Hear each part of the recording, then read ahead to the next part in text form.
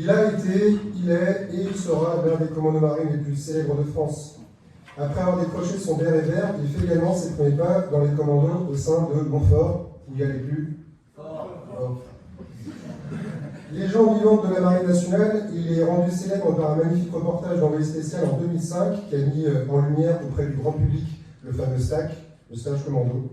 Auteur du livre Marius Parcours Commando, il interprète également son propre rôle dans le personnage, dans le film Force Spéciale, aux côtés de Benoît Magimel, Diane Kruger.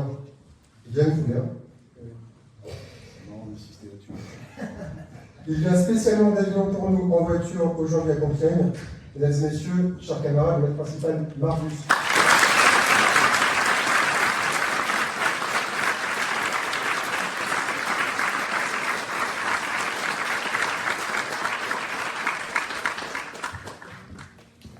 J'ai l'honneur, 1, 2, il faut le brancher ce fait.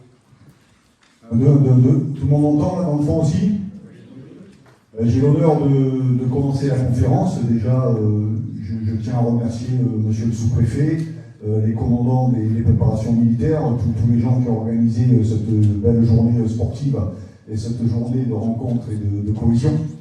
Je ne prépare jamais rien, c'est-à-dire je ne prépare jamais rien, ni documents, ni PPT, et tout ce qui s'ensuit, je fais comme ça, voilà. Mais j'ai failli ne pas venir. J'ai failli ne pas venir parce que j'ai eu un problème personnel, donc j'ai fait beaucoup de route, j'ai pas beaucoup dormi, mais comme j'avais donné ma parole et mon engagement, et ben, quitte même à arriver en rampant jusqu'ici, j'ai dit je viendrai quand même. Je viendrai quand même, pourquoi? Parce que déjà c'est les préparations militaires du Nord, et je suis marié à une Boulonnaise, donc je vais chaque année dans le Nord pour un sudiste, et je suis toujours accueilli bras ouverts, donc c'est un pays une région à laquelle j'attache beaucoup de sensibilité. Et cette notion d'engagement, cette notion de valeur, eh ben, elle vous appartient. Je ne parle pas pour les anciens qui se sont assis sur des sièges confortables, mais je parle pour la jeunesse. Elle vous appartient parce que aujourd'hui, c'est tellement dur et tellement rare d'avoir des jeunes, quelle que soit leur provenance, quelle que soient leurs origines, et j'en passe les meilleurs, qu'on soit français déjà, et qu'on s'attache à venir faire une préparation militaire en sacrifiant un samedi, peut-être par mois, en faisant des déplacements, en mettant la tenue, en écoutant la réglementation, c'est déjà un premier pas sur l'engagement. Et ça, c'est beau, et ça fait plaisir à voir, parce que je me dis que moi qui suis un éternel optimiste, que rien n'est perdu, et que grâce à vous, je me nourris de cette source de jeunesse, et quand je vous vois volontaires, déterminés, peut-être qu'il y en aura 10, 20 ou 30% qui rentreront dans la marine, la gendarmerie, la police, qui feront autre chose, mais vous aurez déjà eu l'initiative de franchir le pas et de s'engager. Parce qu'aujourd'hui, dans la vie, il faut s'engager. Il faut s'engager, quelles que soient vos valeurs et tout ce qui s'ensuit, il faut s'engager pour la patrie, parce qu'on a la chance aujourd'hui de vivre en toute liberté, et cette liberté, on dit d'expression, cette liberté de tous les jours, on la doit, par exemple, aux 177 Français qui ont débarqué en Normandie en 1944, et il y a une préparation militaire qui s'appelle Léon Gauthier, et vous devez être fiers de ce nom-là, parce que je connaissais bien Léon, et voilà, et c'est grâce à des gens comme ça qui ont débarqué en Normandie, qui avaient 17 ans, 18 ans, et leur seul objectif, c'était de libérer la France qui était occupée. Donc cette notion d'engagement, sans rentrer dans un débat sur éventuellement la guerre ou autre chose, ça n'a rien à voir avec ça, mais s'engager, tenir ses paroles et aller jusqu'au bout. Et je voulais déjà vous remercier à tous d'avoir cette notion d'engagement. Je vous dis merci. Merci de m'accueillir et merci à cette jeunesse qui s'engage.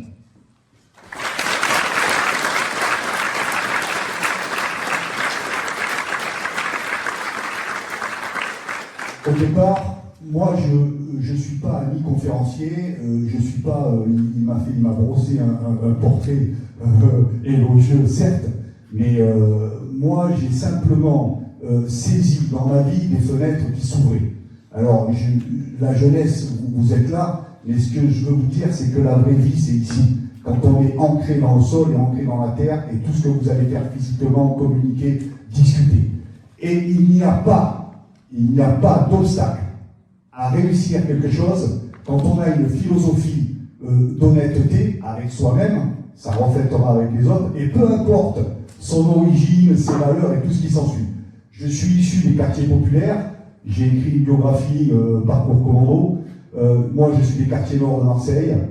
J'ai été sauvé par un commissaire de police lors d'une dernière garde à vue et qui m'a donné la chance, à l'époque il existait le service militaire, il m'a donné cette chance, il m'a dit rien ne sera poursuivi contre vous si vous allez devancer votre appel. J'ai eu peur, c'est ce que j'ai fait. Et quand je suis arrivé à Lorient, j'ai trouvé de la lumière, j'ai trouvé des valeurs, les valeurs de la marine, droiture, honnêteté, fidélité, discipline, et j'ai servi 22 ans. Il n'y a rien d'exceptionnel, il n'y a rien. C'est que moi, dans ma vie, j'ai réussi à dire non, à dire oui, et à prendre la bonne fenêtre quand elle s'ouvrait. Et aujourd'hui, tous les jeunes, autant que vous êtes ici, et les anciens aussi, parce qu'il n'y a pas d'âge pour la remise en question dans la vie de tous les jours. Et ce que je veux vous dire, allez-y, osez. Tant que vous êtes en phase avec votre philosophie, que vous ne trichez pas, que vous faites ce que vous avez envie de faire avec honnêteté, droiture, faites-le. Et c'est le seul moment dans la vie où vous devez être égoïste. On ne fait pas les choses ni pour papa, ni pour maman, ni pour tonton, ni parce qu'on a vu un cousin qui s'est engagé, tout ça. Faites-les pour vous. Vivez passionnément, être empreint de liberté, déterminé, l'humilité fait partie de tout ça, et foncez. Voilà, ça c'est quelque chose qu'il faut que vous ayez. Je voulais, avant de vous parler de tout le détail technique de l'engagement, du stage commando, et tout ça, c'est ça qu'il faut que vous ayez au fond de vous-même. Parce que les vieux chibani comme moi, ou comme d'autres, nous c'est derrière. La seule chose qu'on peut partager avec vous, c'est un peu d'expérience, mais vous êtes les propres maîtres de votre avenir, et les propres maîtres de votre expérience. Ne vous laissez jamais juger par quelqu'un. C'est important. Mais je vais vous dire quelque chose, c'est que dans la vie, il faut travailler.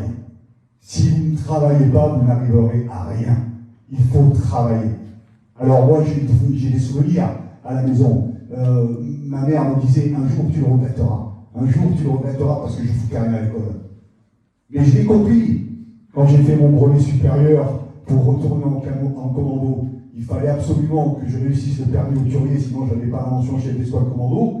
Ceux qui avaient travaillé à l'école, ils s'arrêtaient à 19h, 20h de bosser parce qu'ils avaient tout compris. Mais moi, jusqu'à 3h du matin, j'étais encore en train de cravacher pour arriver à m'en sortir. J'ai réussi, parce que j'étais déterminé, parce que j'avais la volonté. Mais je me suis remémoré la phrase de ma mère qui me disait « Il faut, tu le regretteras un jour, il faut travailler. Travailler pour vous. » L'humain, il a cette faculté à toujours laisser sous le tapis les points perfectibles, je ne parle pas de faiblesse, les points perfectibles, et entretenir ses points forts. C'est pas comme ça qu'il faut faire. Là où vous n'êtes pas bon quelque part, c'est là qu'il faut travailler. Et mettre les bouchées doubles. Et là où vous savez que vous avez le niveau, il faut continuer à l'entretenir. Et c'est comme ça que ça marche, la vie. Je suis désolé, je suis ni moralisateur, ni donneur de leçons, mais j'essaie de vous apporter ma petite expérience en toute humilité et qu'elle puisse vous aider à réussir. Et après, quand vous allez avancer, que vous allez réussir quelque chose, ça crée dans votre cerveau une victoire. Et cette victoire, vous l'avez là-dedans, vous la conservez, et elle vous aide à avancer, à évoluer. Et après, il n'y a plus rien qui vous arrête. Je vous le confirme, il n'y a plus rien qui vous arrête du moment que vous êtes honnête avec vous-même. Voilà. Et ça, je tenais à vous le dire en introduction, pour vous. Faites-en ce que vous voulez, dans la poche, ailleurs, mais gardez ça, c'est important.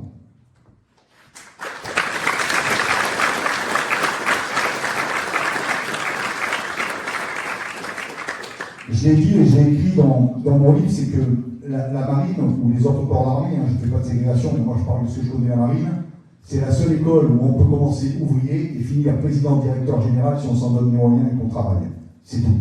Donc c'est ça qui est bien. Pas de jugement, on est tous en même tenue, qu'on soit blond, brun, d'origine italienne, d'origine maghrébine, tout ça, rien à faire. Ce qui compte, c'est la tenue, l'uniforme et la France. Ça, c'est la base. Donc c'est pour ça que je veux bien démystifier ces choses-là. Et tous ceux avec qui j'ai travaillé, tous ceux avec qui j'ai vécu dans la marine, c'est exactement ça. D'accord? Et après, il y a tellement de choses où vous devez avancer, vous prouver individuellement, mais par contre, il existe à l'intérieur une espèce de cohésion, une respiration collective que vous ne trouverez jamais ailleurs. Jamais ailleurs. J'ai presque autant de civils que de marines, d'accord? Et je n'ai jamais retrouvé ça. Quand j'en ai besoin, je vais voir me faire l'arme, on fait un petit repas, on discute ensemble, et puis là, je retrouve enfin ces valeurs. Alors maintenant, pour ceux qui voudraient s'engager dans la marine, qui peut le plus, peut le moins. Essayez de toujours rentrer par la grande porte. D'accord? Donc si vous avez le bac, ou plus que le bac, eh ben, choisissez d'abord la filière officier. Je rentre dans la grande porte. Si vous n'avez pas ça, vous pouvez choisir la filière de Mestrance, d'accord? Avec un contrat de 10 ans, vous rentrez directement officier marinier, quelle que soit la spécialité. Brest, et après l'école de spécialité. Et après, ben, si vous n'avez pas d'autre solution que vous rentrez par la petite porte, et c'est pas péjoratif ce que je dis, parce que je suis rentré par la petite porte, vous rentrez comme matelot avec un engagement normal. Et après, une fois que vous avez mis le pied dedans et que vous y êtes, c'est à vous de faire votre évolution et votre carrière, comme tout le monde. Alors, moi je devais parler un petit peu du STAC. Le STAC, c'est l'acronyme de stage commando. D'accord? Le mot commando n'est réservé qu'aux professionnels. Mais avant de parler de stage commando, de parler de choses comme ça, il faut rentrer dans la marine pour être déjà fusilier marin. Fusilier marin, c'est la spécialité. Je suis fusilier marin et après, éventuellement, je suis volontaire pour aller au stage commando. Et le stage commando, ça ne sert à rien d'aller surfer sur les réseaux sociaux, de vous inscrire à des masterclass et patins couffins avec des espèces de gourous qui vous disent il faut faire ci, il faut faire ça. C'est pas comme ça que ça marche.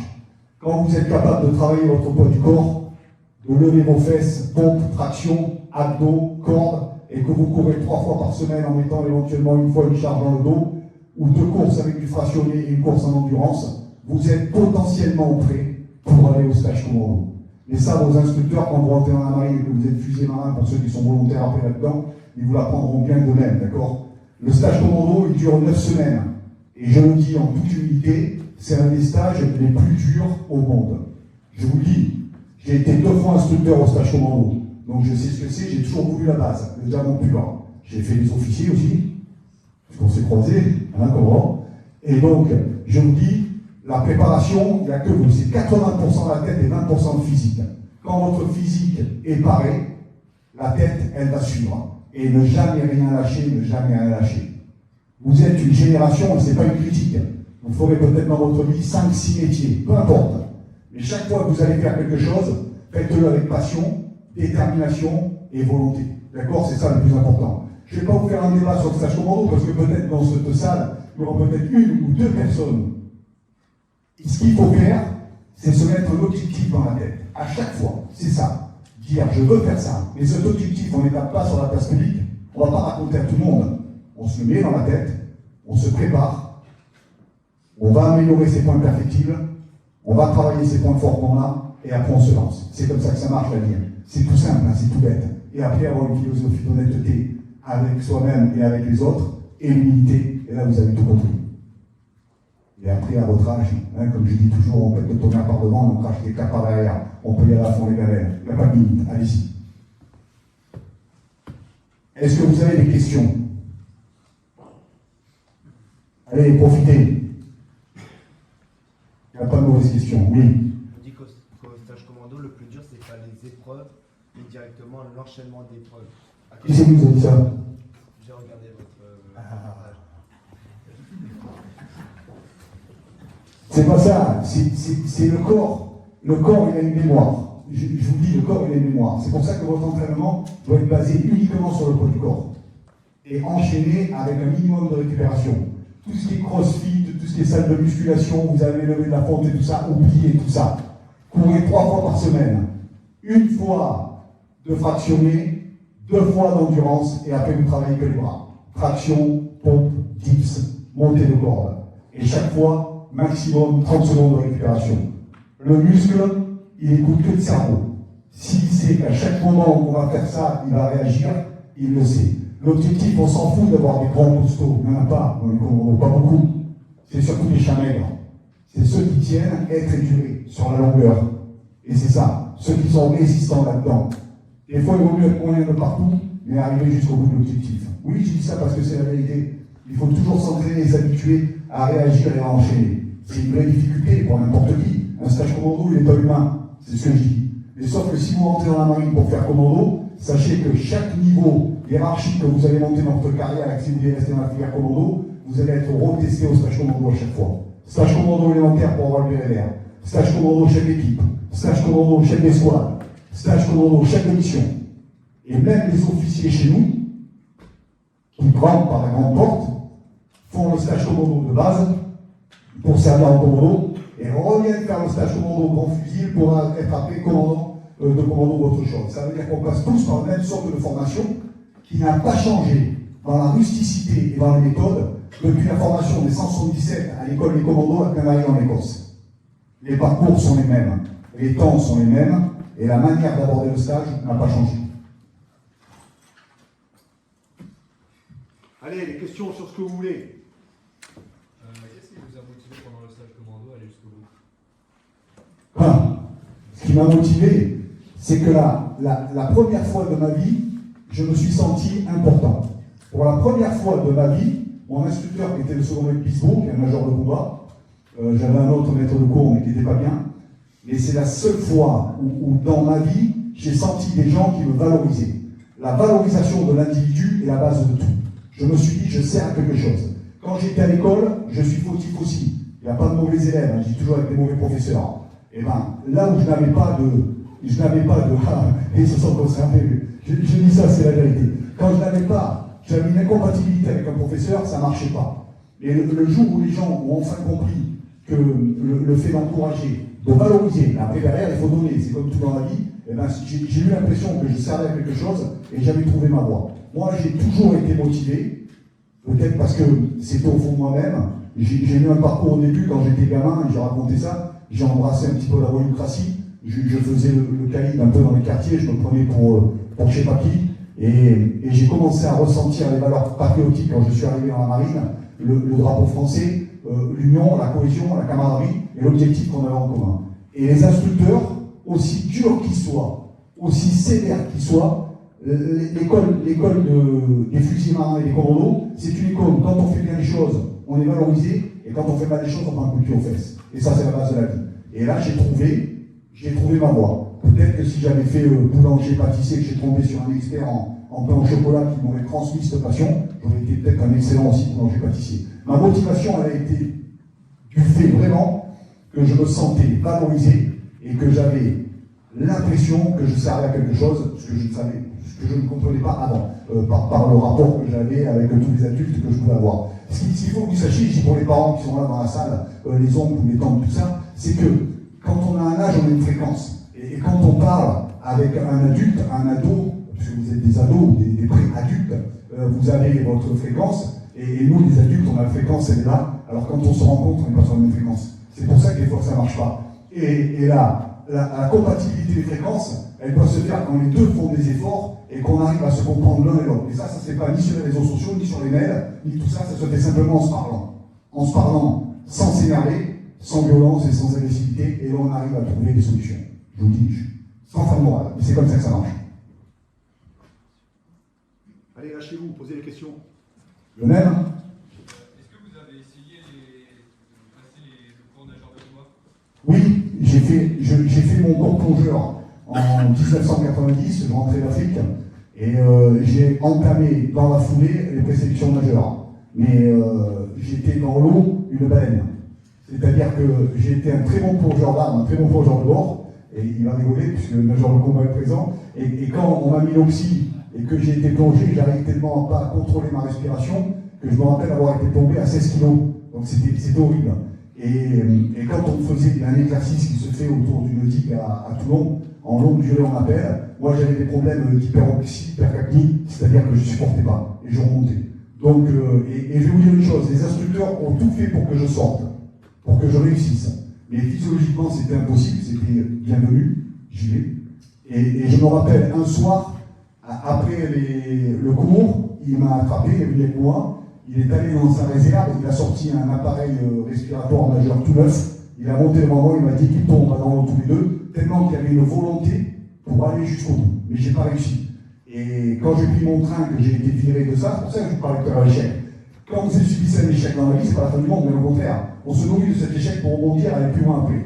Et je me rappelle, je prenais mon train pour remonter à Lorient, et le second mec Pisbo, qui était réaffecté à Hubert, m'a croisé à la gare et m'a dit alors Marius, t'as que des? Je dis ouais, il m'a dit c'est pas grave, tu feras un excellent commando. Et je suis parti avec ça. Ni aigreur, ni remords, mais moi je peux en parler parce que j'y étais. J'y étais, mais ça l'a pas fait. Voilà. C'est quoi le plus grand changement que vous aurez senti pour vous après être entré dans la marine? Du civil de ma jeunesse et rentrer en marine, la valorisation. Pour la première fois de ma vie, j'ai existé. Je me suis dit, je ne suis pas un cancre, je ne suis pas un voyou, les adultes me respectent et je peux faire de grandes choses et personne n'a su me comprendre avant. Voilà. Et ça n'a pas été facile. Allez-y. Quelle est la mission la plus périlleuse que vous avez faite en cours de marine? On ne parle jamais de ça. Je suis désolé, je vous dis, on ne parle jamais de ça. C'est une question d'humilité. Il n'y a pas, tout est dangereux, que ce soit en entraînement ou en opérationnel, tout est dangereux. Il y a des camarades qui sont morts en entraînement, il y en a qui sont morts pendant les cours, il y en a qui sont morts en opérationnel, et on ne parle pas de ça. Oui. Vous aviez un seul message à faire passer à la jeunesse, qu'est-ce que vous diriez? Sortez-vous dans les culs.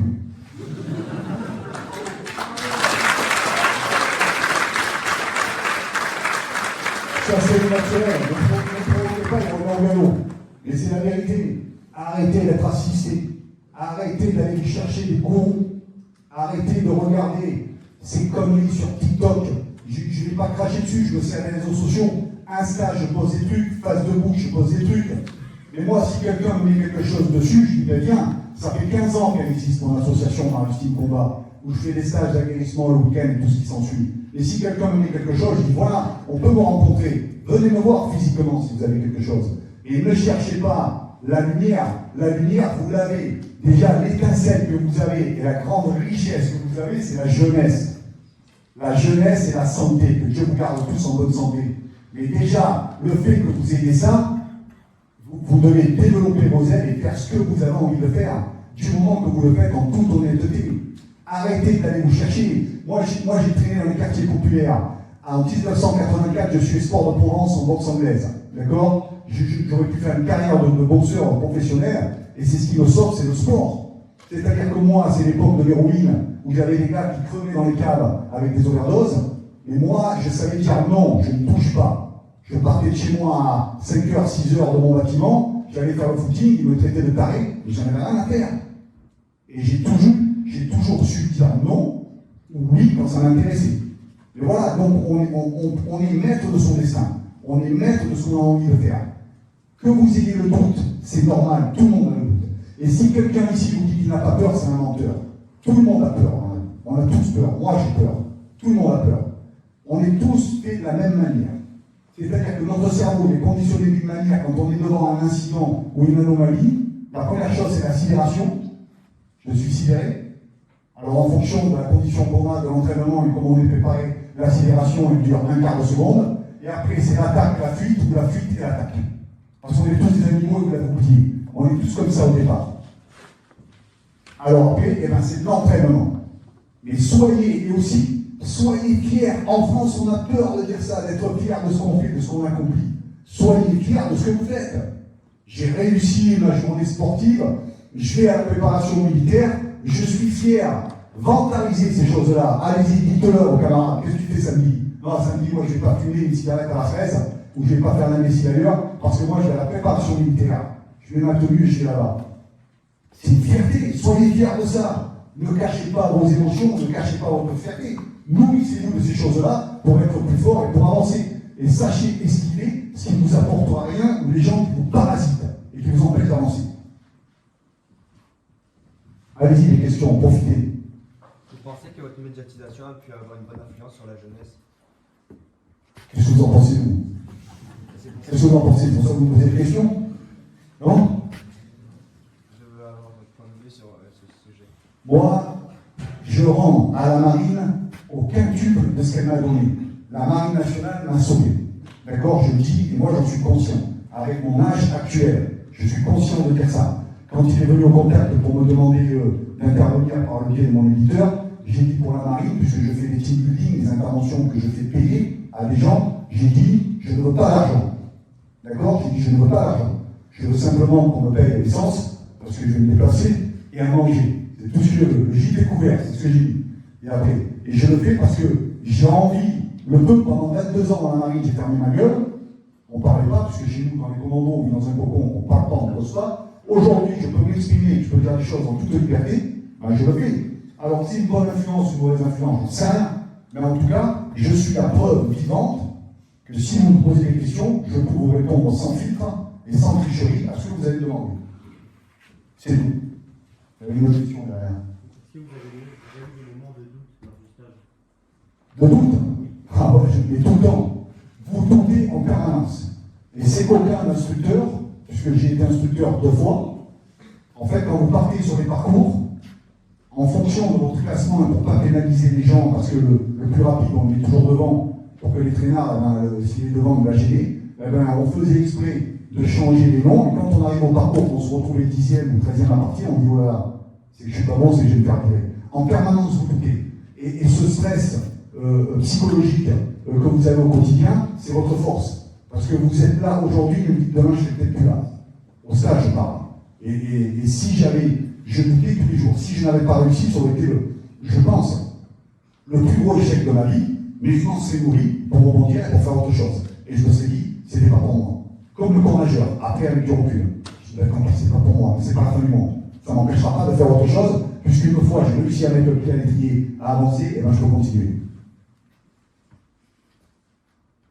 Il n'y a pas des parents qui veulent poser des questions pour des recettes miracles et tout ce qui s'ensuit. Parce que moi j'ai la recette miracle, ça s'appelle la boîte à gifle. Vous ouvrez avec l'élan, sans élan, avec les bagues, sans les bagues. Allez-y, monsieur.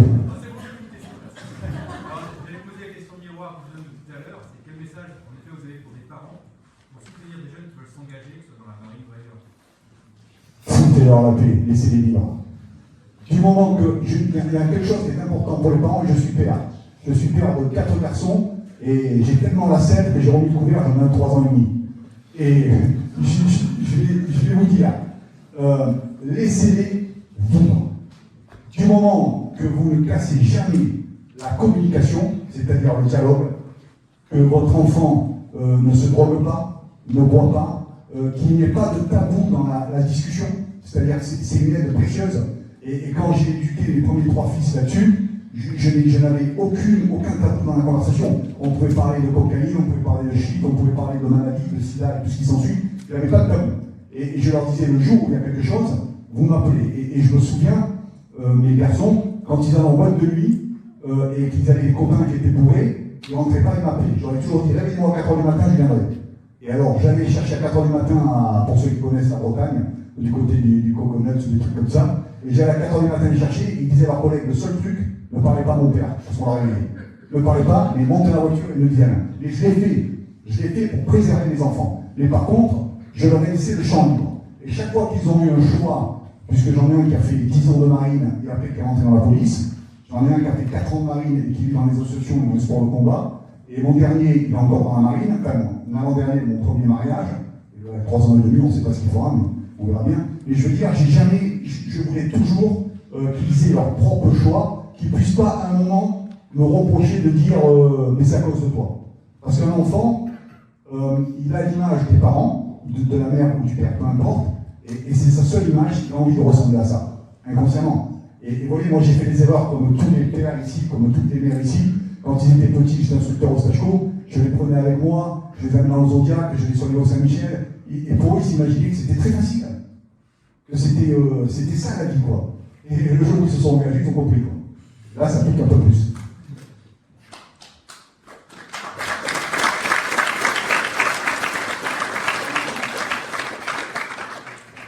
Une autre question, oui.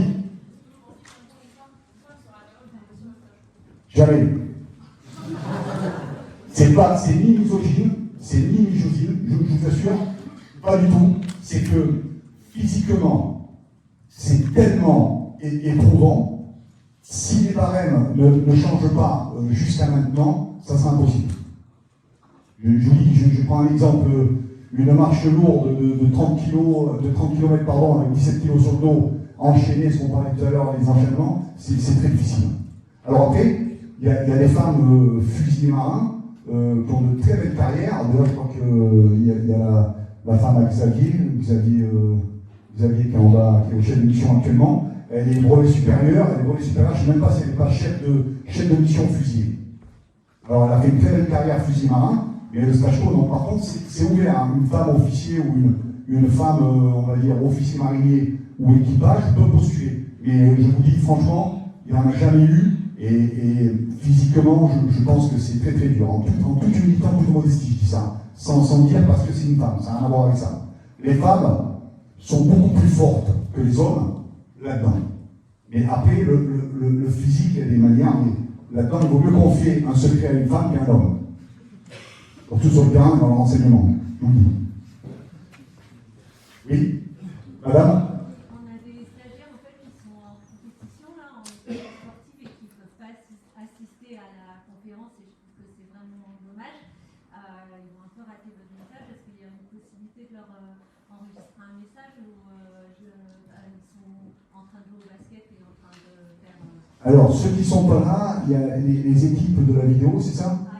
Ils font la vidéo totale de toutes les bêtises que je dis, et après ils diffuseront sur leur réseau, c'est ça? Donc ça veut dire qu'ils auront la possibilité d'écouter ou de réécouter toutes les analyses.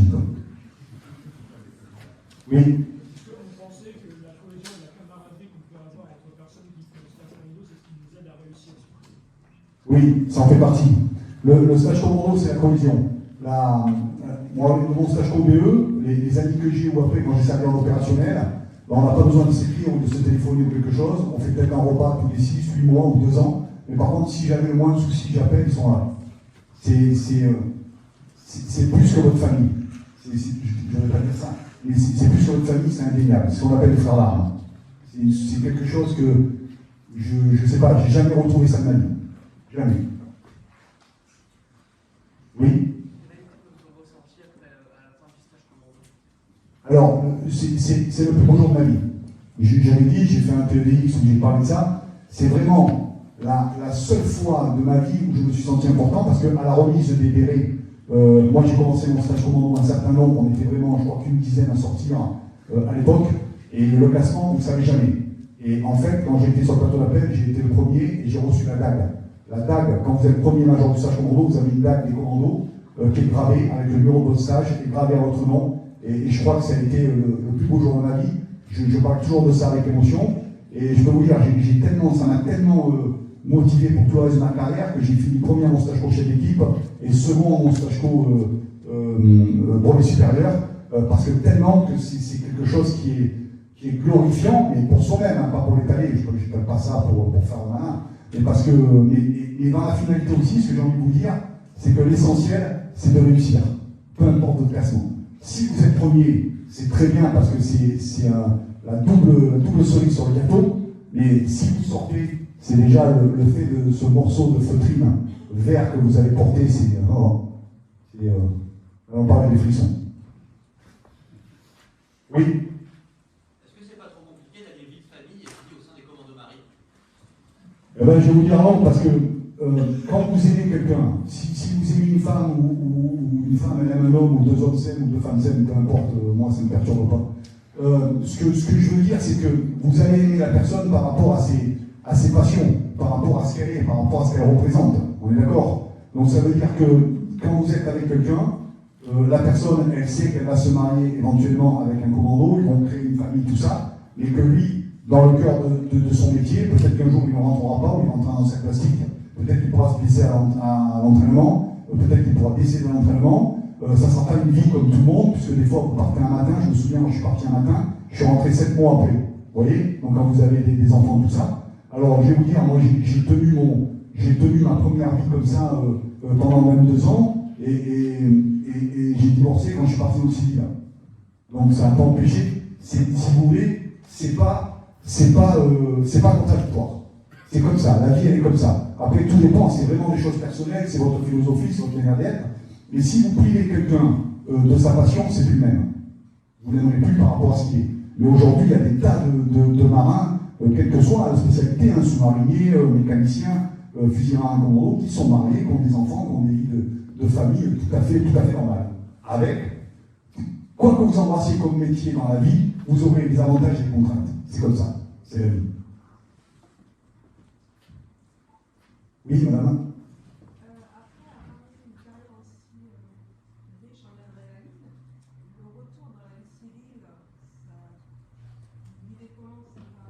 Ah, j'ai pris une claque et une gifle. Je me suis dit, j'ai vécu dans un cocon pendant 22 ans. Je me suis dit, c'est ça le civil? Horrible. Alors, moi, quand j'ai quitté, j'étais maître principal et j'ai fait 4 mois de stage de formation gratuite en entreprise pour conserver mon grade. C'est-à-dire que je ne voulais pas faire mon grade de maître principal, j'avais acquis. Donc, j'ai commencé à travailler dans un établissement comme responsable de sûreté et personne ne savait, mais j'étais payé par la défense. Et pendant ce laps de temps de 4 mois, à tout moment, je pouvais arrêter, rompre mon contrat et revenir dans la marine, puisque j'allais prendre le poste d'adjudant à Montfort. Et je vous assure, je me souviens qu'au bout d'1 mois et demi, je me suis arrêté avec mon véhicule, je me suis garé sur le côté, j'avais jamais mangé de McDo de ma vie, j'avais pris un McDo parce que je n'avais pas bouffé, j'ai pris le temps de tout ça, et puis j'ai pris ça, et j'ai dit, je me suis planté lamentablement. Je dis, c'est pas du tout ça. Et après, chez nous, avec le cursus de formation qu'on a, la sidération comme ça, elle dure qu'une petite fraction de seconde. Et après, j'ai surlevé, j'ai dit, mais qui va t'empêcher de faire ce que tu as envie de faire et de doubler? Et après, j'ai mis le pied à l'étrier. Et je pense que inconsciemment, au départ, quand j'ai quitté, ça a été tellement violent sur le côté relations humaines, confiance, gestion, que j'ai été vraiment, je me suis vraiment enfoncé. Et après, comme on a une formation spécifique, les formations de base des commandos pendant notre cursus, eh ben on redresse vite la pente, on revient.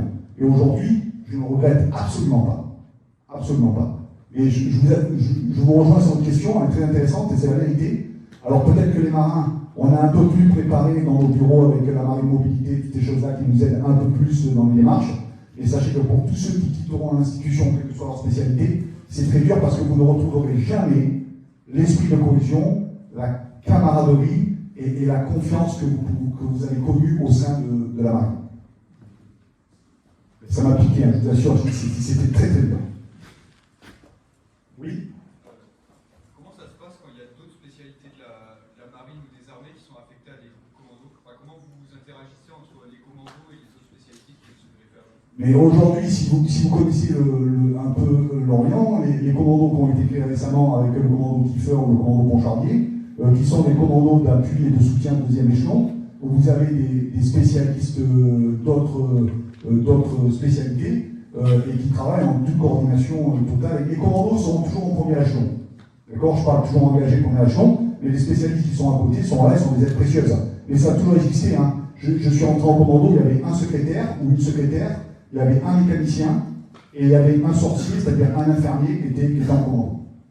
Donc il n'y a pas de souci là-dessus. Et même nous, les commandos, puisque nos vecteurs de mise en place, ça pouvait être avion, bateau ou la terre, quand on embarque sur un bâtiment de la marine, on était marin avant tout, et ben, on n'arrivait pas en terrain conquis. On respectait l'équipage du navire et ça se passait très très bien. Et c'est une question, quand vous êtes fusil marin, commando ou pas commando, fusil marin, on vous apprend tellement l'humilité et le respect, parce qu'on faut bien sentir que en fait, vous n'êtes qu'un grain de sable dans l'univers. Il faut le savoir. Hein. Vous savez, la vie, la mort, c'est ça, un interrupteur. Hein. Marche, arrêt. Terminé. Oui. Si vous pouviez recommencer votre carrière depuis le début, la revivre complètement, est-ce que vous le feriez? La même chose. Je ne change rien. Absolument, bien sûr, c'est vrai. Et j'en ai souffert. Les commandos, ce sont des hommes qui ont besoin d'une forme physique exceptionnelle, mais est-ce qu'il est important pour eux de garder un petit plaisir, un McDo, un soda, quelque chose? Mais c'est de la merde, le McDo. Le McDo, c'est de la merde. C'est de la merde. Et la base de tout, c'est l'alimentation. C'est l'alimentation. Vous donnez votre patrimoine génétique à votre corps, vous ne pouvez pas faire un cours de nutrition, mais c'est l'alimentation. C'est ce qui va vous donner la force, le petit plaisir. Moi, je ne me prive jamais de pâté vin rouge. Un bon pâté, un petit garde rouge, c'est la vraie vie, quoi, franchement. Mais McDo, tous ces trucs-là, non, c'est c'est mon avis personnel, anti-respectueux de la nourriture qu'on est capable de faire en France. Arrêtez. Donc, et la nutrition, sans rentrer dans un régime spécifique, la nutrition, moi quand j'étais au stage commando et qu'on avait le peu de permission le week-end qu'on avait, notre plaisir c'était au resto et de se manger une côte de bœuf avec des frites parce qu'on avait connu le séchage naturel pendant le stage. Et, arrêtez avec ça, c'est un plaisir avec nous. Parlez-moi d'un Saint-Estèphe 89, quand vous l'étiez en guerre, je le goûte comme ça, là je prends plaisir. Là ça me fait plaisir. Mais pas avec l'eau ni coca. Une petite bière avec les camarades. Si vous voulez une petite bière, là, je ne bois pas trop de bière. C'est les gens du Nord, c'est bien la bière. Avec les Belges et les Nord, ça c'est bien la bière, ça c'est vrai. Une autre question, parce qu'après je vais laisser la parole au commandant. Hein. Oui. Si vous aviez un conseil à donner à ceux qui veulent le commando, ça serait quoi? Mais est-ce que je suis à même de donner les conseils? Je dis, mettez-vous dans votre tête que vous voulez faire commando, donnez-vous les moyens de réussir et aller jusqu'au bout. Comme j'ai dit précédemment, si vous n'y arrivez pas, c'est que c'est pas fait pour vous, et tant pis, vous ferez autre chose. Mais surtout, n'allez pas le mettre sur la place publique, faites ce que vous avez envie de faire. Et c'est pour ça que je vous ai dit, n'allez pas voir tous les gourous de la Terre pour savoir où vous préparer ou payer des trucs.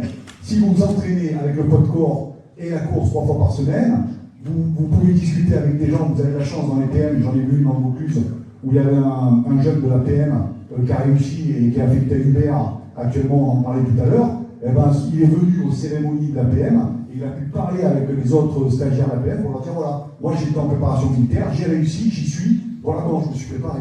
Et à la rigueur, on peut se nourrir de sources reconnues ou de gens qui l'ont fait pour dire mais les conseils, qui sommes-nous pour donner des conseils là-dessus? Oui, question? Oui? J'adore les enfants, parce qu'ils n'ont pas de filtre, ils sont comme moi. Ça, c'est la vérité. Un petit s'approche de vous, il vous dit oh, mais tu pues de la gueule. Ouais. C'est la normalité. Ah, c'est la normalité. On a oublié ça. On prend tellement de pincettes pour dire les choses aujourd'hui. La normalité, elle est là. Bah, écoutez, je vais laisser la parole au commandant. Je vous remercie en tout cas de m'avoir écouté. Et je répète, je suis ni moralisateur ni donneur de leçons. Vous êtes jeune, vous avez envie, allez au bout de vos rêves passionnément, ne lâchez rien, soyez déterminés et ne soyez jamais complexés. D'accord? Et soyez fiers, ce mot on oublie de dire en France, soyez fiers de ce que vous êtes et de ce que vous accomplissez, et vous verrez, vous soulèverez les montagnes sans personne. Soyez heureux.